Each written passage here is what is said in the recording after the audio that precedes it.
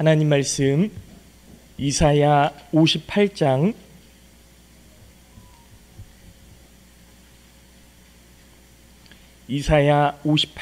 1절부터 12절까지 말씀 보도록 하겠습니다. 이사야 58장 1절부터 12절까지 말씀.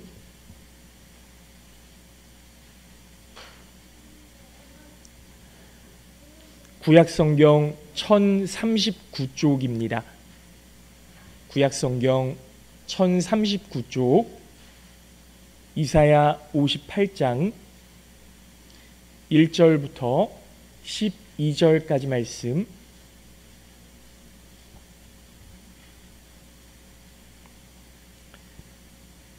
이사야 58장 1절부터 12절까지 말씀 제가 봉독해서 읽도록 하겠습니다. 크게 외치라. 목소리를 아끼지 말라. 내 목소리를 나팔같이 높여 내 백성에게 그들의 허물을, 야곱의 집에 그들의 죄를 알리라.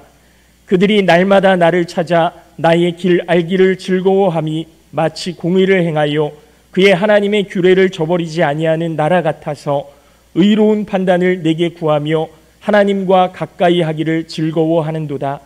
우리가 금식하되 어찌하여 주께서 보지 아니하시오며 우리가 마음을 괴롭게 하되 어찌하여 주께서 알아주지 아니하시나이까. 보라, 너희가 금식하는 날에 오락을 구하며 온갖 일을 시키는도다.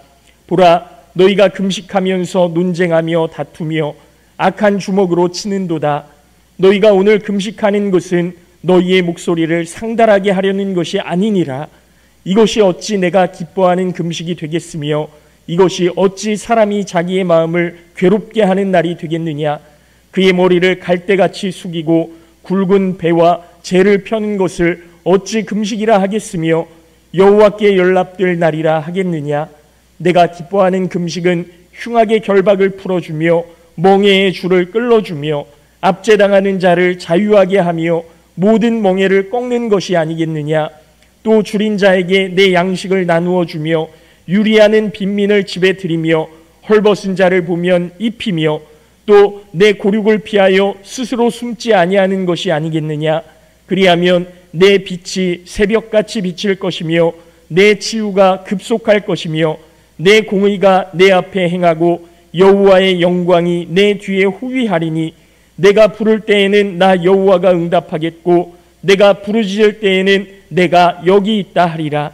만일 내가 너희 중에서 멍에와 손가락질과 허망한 말을 제하여 버리고 줄인 자에게 내 심정이 동하며 괴로워하는 자의 심정을 만족하게 하면 내 빛이 흑암 중에서 떠올라 내 어둠이 낮과 같이 될 것이며 여호와가 너를 항상 인도하여 메마른 곳에서도 내 영혼을 만족하게 하며 내 뼈를 견고하게 하리니 너는 물된 동산 같겠고 물이 끊어지지 아니하는 샘 같을 것이라.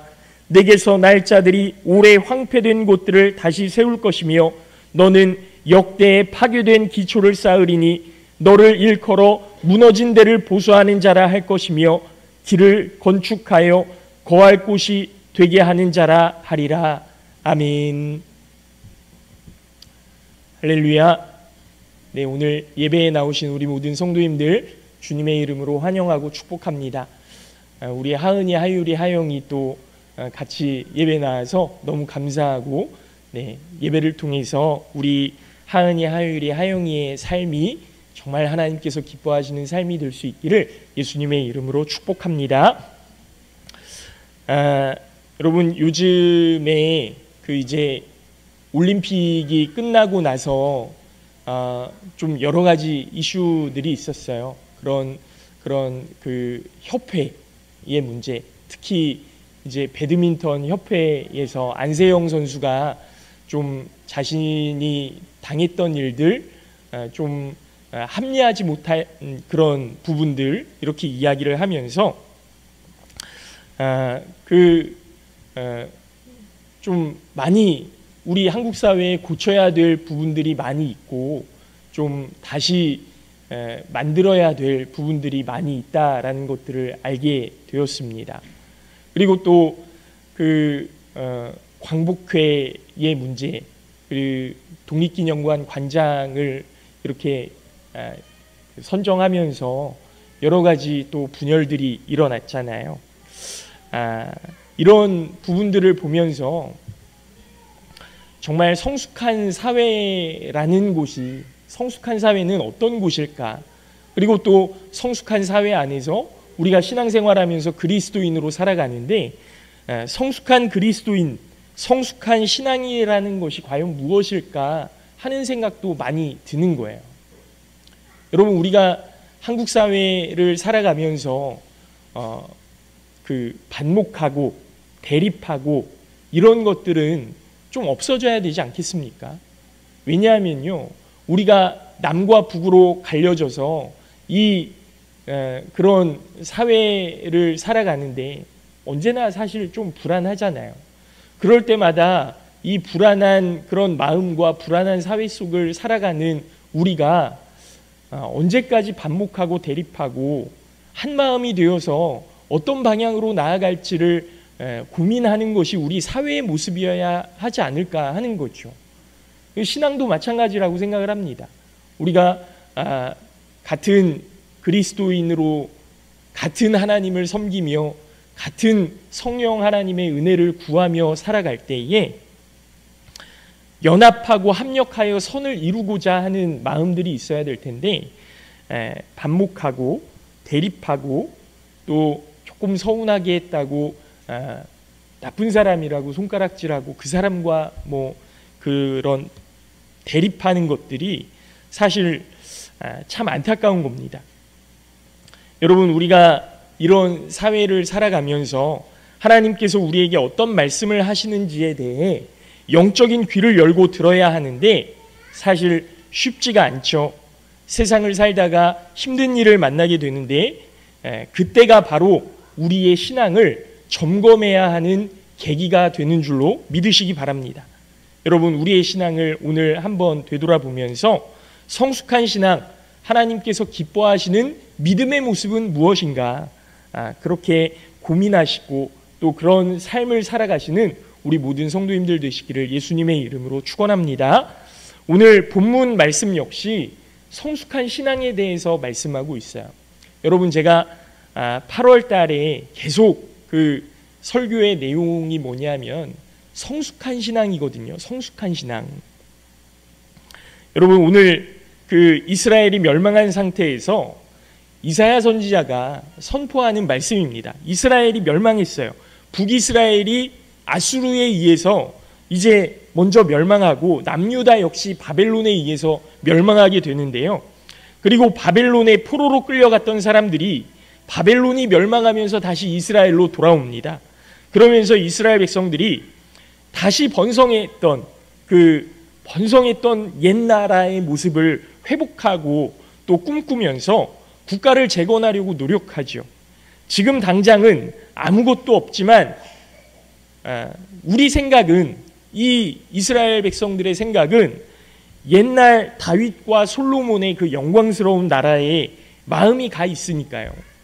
그 현실과 이상 얼마나 큰 그 차이가 있습니까?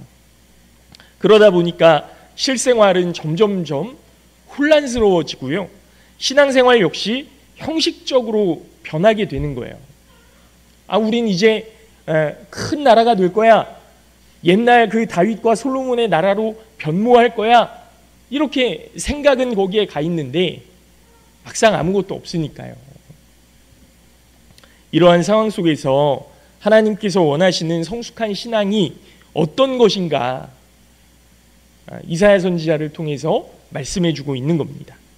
이사야 선지자가 본문 1절 말씀에서 너희들의 죄를 목소리를 아끼지 말고 크게 외쳐라, 이렇게 이야기하거든요.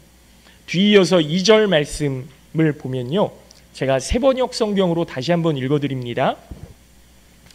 그들이 마치 공의를 행하고 하나님의 규례를 저버리지 않는 민족이나 되듯이 날마다 나를 찾으며 나의 길을 알기를 좋아한다.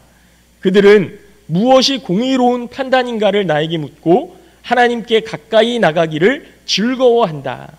그렇게 이야기하는 거예요. 그러니까 뭡니까? 정말로 하나님의 뜻을 알기 위해서 하나님께로 나아오고 또 하나님을 사랑해서 하나님께로 나아오는 것처럼 그렇게 행한다, 이렇게 이야기하니까요, 여러분 사실은 그렇지 않다는 이야기죠. 실상은 그렇지 않다는 이야기예요.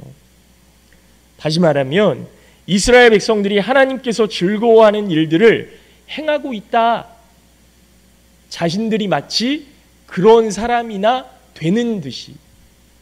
그런데 3절 말씀에서 그럼에도 불구하고 하나님께서는 이스라엘 백성들의 금식을 왜 봐주지 않으시고 이스라엘 백성들의 마음이 괴로움에도 왜 하나님은 알아주지 아니하시나이까, 이렇게 하나님 앞에 호소한다는 거죠.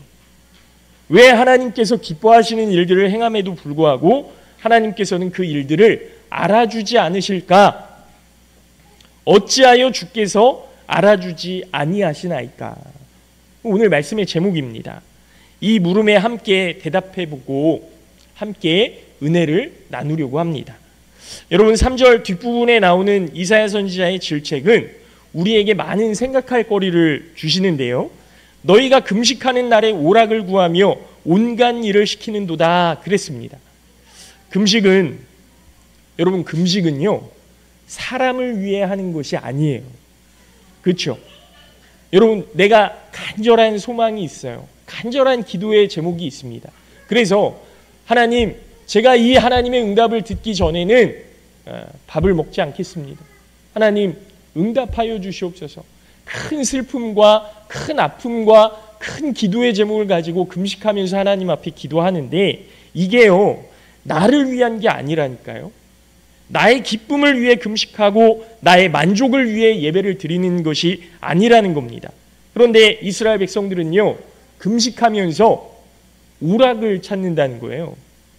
금식하면서 내가 정말 그 기쁨을 찾고 있고 하나님을 위한다고 하면서도 자신들의 일을 위해서 종들에게 온갖 일을 다 시킨다는 거죠.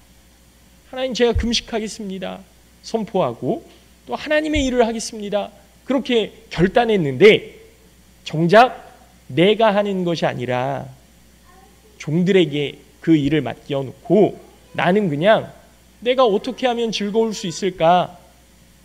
양면성이죠, 사람의. 여러분, 사람이 무언가에 간절해지면 자신을 돌보기보다는 그 간절한 무언가가 이루어지기를 바랍니다. 병에 걸리면 낫고 싶은 것이 사람의 마음이죠. 병을 낫게 하기 위해서 빨래를 먼저 하지 않습니다. 병을 낫게 하기 위해서 TV를 먼저 보지 않는다는 거예요. 병을 낫게 하기 위해서 게임을 한다거나 돈을 벌지 않습니다. 병을 고치기 위해 해야 할 일들을 마땅히 하는 거죠. 모든 힘을 거기에다 쏟는 겁니다. 38년간 그 혈루병에 앓던 그 여인을 보십시오. 자신의 모든 힘을 다해서 예수님의 그 옷자락을 만지지 않습니까? 그의 목표는요, 다른 사람들이 아니었어요. 예수님의 옷자락이 목표였고 그 옷자락을 마침내는 잡아내는 겁니다. 왜요? 병이 낫기 위해서. 앞을 보지 못했던 거지 바디메오는 온 힘을 향해 온 힘을 다해 예수님을 부르는 거예요. 중풍에 걸린 어떤 사람은 줄에 묶어서 지붕마저 뚫고 예수님 앞으로 내려가는 겁니다. 그들이 얼마나 간절했을까는 말하지 않아도 우리가 너무나 잘 알지 않겠습니까? 이러한 면을 본다면 이스라엘 백성들은 하나님 앞에 그렇게 간절하지 않았다는 것을 알 수 있는 거죠. 바벨론의 포로로 끌려갔을 때 물론 힘들었겠죠. 또 자신들의 죄 때문에 이스라엘을 하나님이 멸망시키셨다 이 사실을 알게 되었을 때에도 간절했을 겁니다. 하지만 이스라엘 백성들은 하나님을 제대로 섬기지 못했던 자신을 탓하기보다는 어떻게 하면 이 상황을 내가 견뎌낼 수 있을까? 좀 이 상황을 어떻게 하면 벗어날 수 있을까? 이게 더 급하고 간절했던 거예요. 하나님, 내가 죄를 지었습니다. 그래서 하나님 앞에 이런 심판을 받게 되었습니다. 하나님, 고쳐주시옵소서. 우리의 마음을 돌이켜 주시옵소서. 이게 간절한 게 아니고 어떻게 하면 벗어날 수 있을까? 어떻게 하면 이 상황을 끝낼 수 있을까? 사랑하는 성도 여러분, 물론 우리는 힘든 상황이나 나 자신의 안위와 평안을 더 생각하기 마련입니다. 사람이니까 뭐 어쩔 수 없어요. 하지만 신앙을 가지고 있다면, 예수 그리스도를 주인으로 고백하고 있다면 힘들고 어렵지만 형식적인 예배로 위안을 삼기보다 하나님께서 원하시는 일을 먼저 행하시는 우리 성도님들 되시기를 예수님의 이름으로 축원합니다. 그렇다면 하나님께서 원하시고 기뻐하시는 금식, 하나님께서 원하시고 기뻐하시는 예배, 하나님께서 원하시고 기뻐하시는 삶은 과연 어떤 것일까? 하나님께서 이사야 선지자를 통해 형식적인 금식과 예배를 정죄하셨다면 우리는 참된 예배를 드려야 하고 참된 금식을 행하여야 하고 참된 경건생활에 힘쓰기를 정말로 간절히 원해야 되는 것 아니겠습니까? 그러면 그러한 참된 예배와 금식, 참된 신앙생활은 어떻게 해야 하는 것일까? 어떻게 해야 하는 것일까? 첫 번째로 6절 말씀을 보면요, 흉악의 결박을 풀어주며 멍에의 줄을 끌어주며 압제당하는 자를 자유하게 하며 모든 멍에를 꺾는 것이 바로 하나님께서 기뻐하시는 금식이다, 이렇게 말씀하고 있으세요. 여러분, 하나님께서 우리를 자유롭게 하셨죠. 믿으십니까? 하나님께서 우리를 자유롭게 하셨어요. 돈에 얽매이지 않게 하셨고요. 그리고 우리의 그런 죄 가운데 묶여있던 마음을 해방해 주셨고요. 자유롭게 하셨습니다. 그러면 우리는 처음에 자유롭지 못했던 사람들입니까? 사실은 아니에요. 처음부터 하나님께서는 우리에게 자유의지를 주셔서 자유롭게 만드셨습니다. 그런데 그 자유 때문에 우리는 하나님께 죄를 짓고 죄의 문제에서 자유롭지 못하게 되어버린 거예요. 그런데 이 죄의 문제에서도 하나님께서는 예수 그리스도를 십자가에서 희생시키시고 우리를 자유롭게 하시는 겁니다. 너 더 이상 죄의 종이 아니다. 죄의 노예가 아니다. 예수 그리스도의 십자가를 통해 모든 것이 다 해결함을 받게 되었다. 여러분, 비록 세상에 우리가 두 다리를 디디고 온갖 죄악 속에서 허우적거릴 때가 많지만 그 속에서 하나님은 절망하지 않게 하시고 희망을 주시고 기쁨을 주시고 감사함으로 이 세상을 살게 하시는 겁니다. 이제 우리는 영적으로나 육적으로나 모든 억압받는 자를 구해내는 역할을 감당해야 되겠죠. 왜냐하면 하나님께서 우리를 자유롭게 하셨으니까요. 우리가 이 일을 할 수 있는 것은 바로 하나님의 은혜가 우리 안에 있고 우리가 그 증인들이기 때문에 그런 겁니다. 사도 바울 역시 내게 주신 하나님의 은혜가 너무 크기에 복음에 빚진 자의 심정으로 예수 그리스도를 전하는 자가 되었다, 그렇게 고백하거든요. 하나님께서 기뻐하시는 금식, 하나님께서 기뻐하시는 예배는 복음을 선포함으로 모든 사람들이 죄에서 자유롭게 되는 것임을 여러분 믿으시기 바랍니다. 그러면 여러분, 내가 할 수 있는 복음의 전파는 무엇일까요? 여러분, 내가 용서하는 거예요. 내가 사랑하는 거예요. 이 역할을 우리 모든 성도님들이 감당해야 되는데, 복음을 전하기 위해서 먼저 하나님께서 나를 사랑하셨고 나를 용서하셨다는 사실을 깨닫는 것이 중요합니다. 하나님께서 분명히 우리에게 주신 은혜가 있음을 믿으시기 바랍니다. 두 번째로 7절 말씀에 줄인 자에게 양식을 나눠주며 유리하는 빈민을 집에 들이며 헐벗은 자를 보면 입히며 또 내 고륙을 피하여 스스로 숨지 아니하는 것이 하나님께서 기뻐하시는 금식이고 예배이다, 이렇게 말씀하세요. 여러분, 예전에요, 제가 이제 교회에 있는데, 저희 교회는 아니고요, 전에 사역하던 교회에 이렇게 사무실에 있는데요, 어떤 외국인이 찾아온 적이 있어요. 외국인인데 한국말이 익숙하지가 않고요. 영어로밖에는 말을 못하는 그런 사람이었습니다. 근데 이 사람이 자기가 브라질 사람이라는 거예요. 브라질 사람인데 기타를 쳐서 여행을 다니면서 필요한 경비를 이렇게 마련을 하는데, 제가 전에 사역하던 곳이 동두천이라는 곳이었거든요. 여기가 미군들이 굉장히 많았습니다. 근데 어떤 미군이 자기 기타를 부러뜨렸다는 거예요. 그래서 오늘 잘 곳이 없다는 겁니다. 기타를 치면서 공연을 못해서 잘 곳이 없다는 거예요. 너무 절실하게 이야기를 하길래 제가 그때 지갑에 있던 돈이 10,000원밖에 없었어요. 현금을 잘 안 가지고 다녀서 10,000원을 이렇게 드렸습니다. 그랬더니 제 아내가 옆에 있었거든요. 근데 제 아내가 그렇게 묻는 거예요. 웬일로 저런 사람을 도와주느냐고. 네. 제가 사실은 잘 안 도와주거든요. 잘 안 도와줘요. 노숙자가 와서 좀 도와주십시오 하면 돈을 이렇게 드리면 그분들 이 돈 가지고 가서 편의점 가서 바로 술 사 먹거든요. 그래서 뭐 밥이 있으면 밥을 드리는데 돈으로는 잘 도와주지 않아요. 아내가 웬일로 저런 분을 도와주냐 이렇게 묻는 거예요. 그래서 이렇게 대답했습니다. 여보, 저 사람한테는 술 냄새가 안 나요. 이랬어요.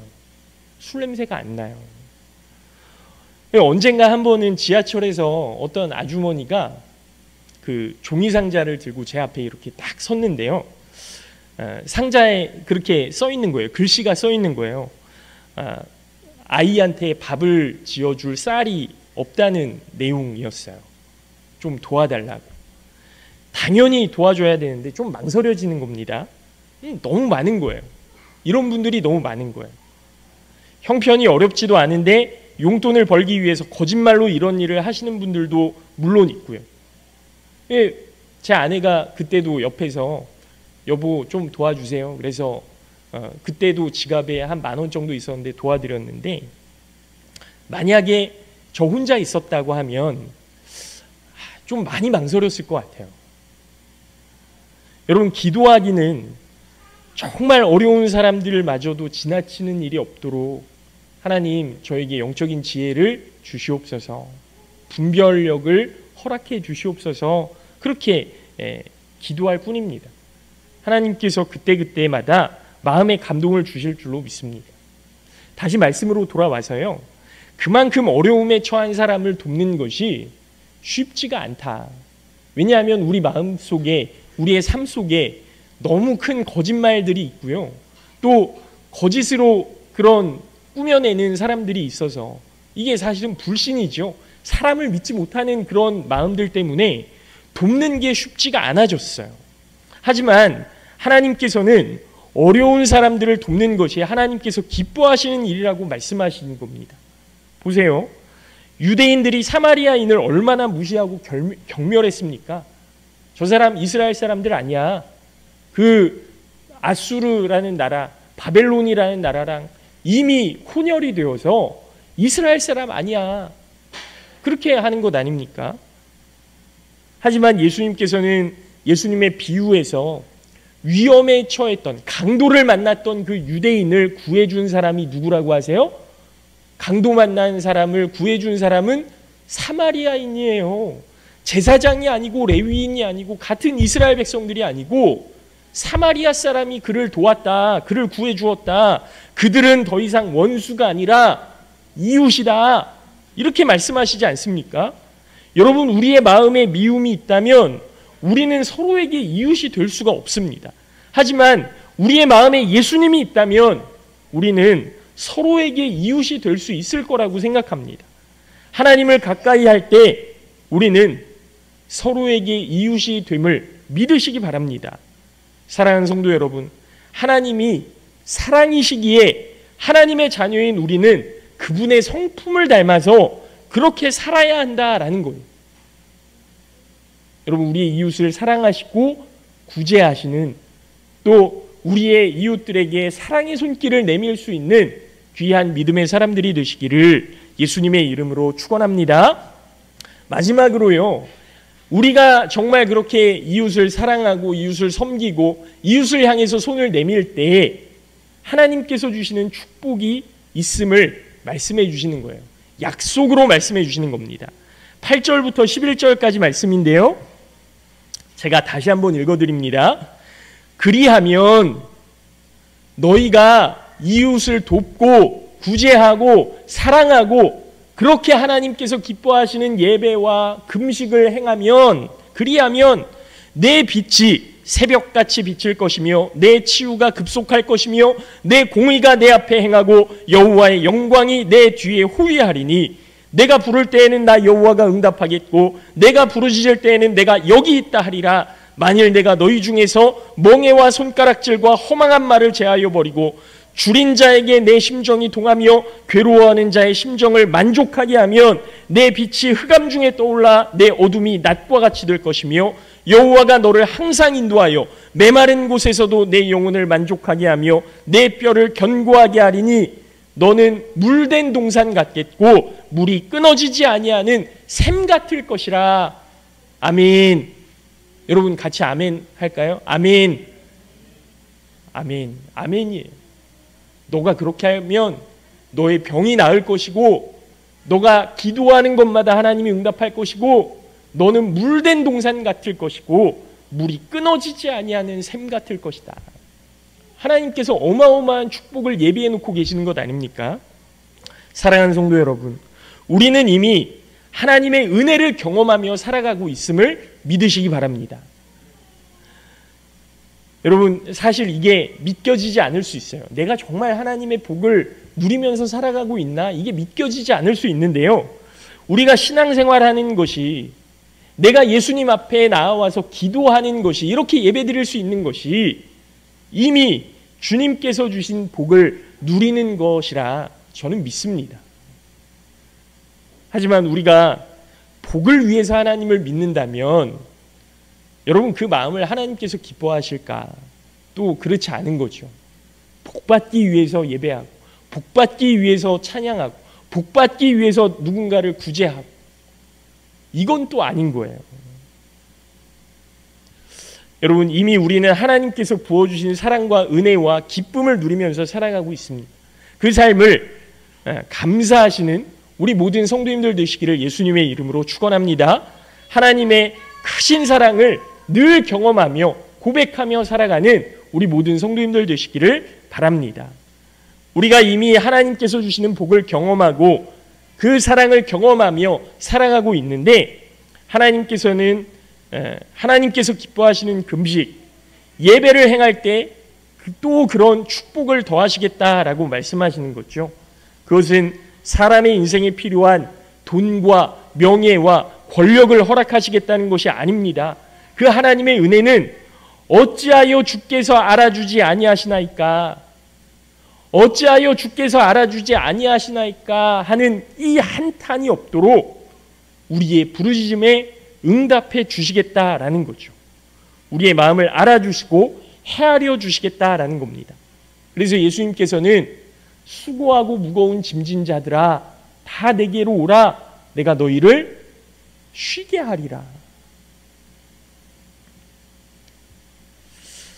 여러분 어째서 주님은 우리의 마음을 알아주지 않으십니까? 이렇게 한탄하지 마십시오.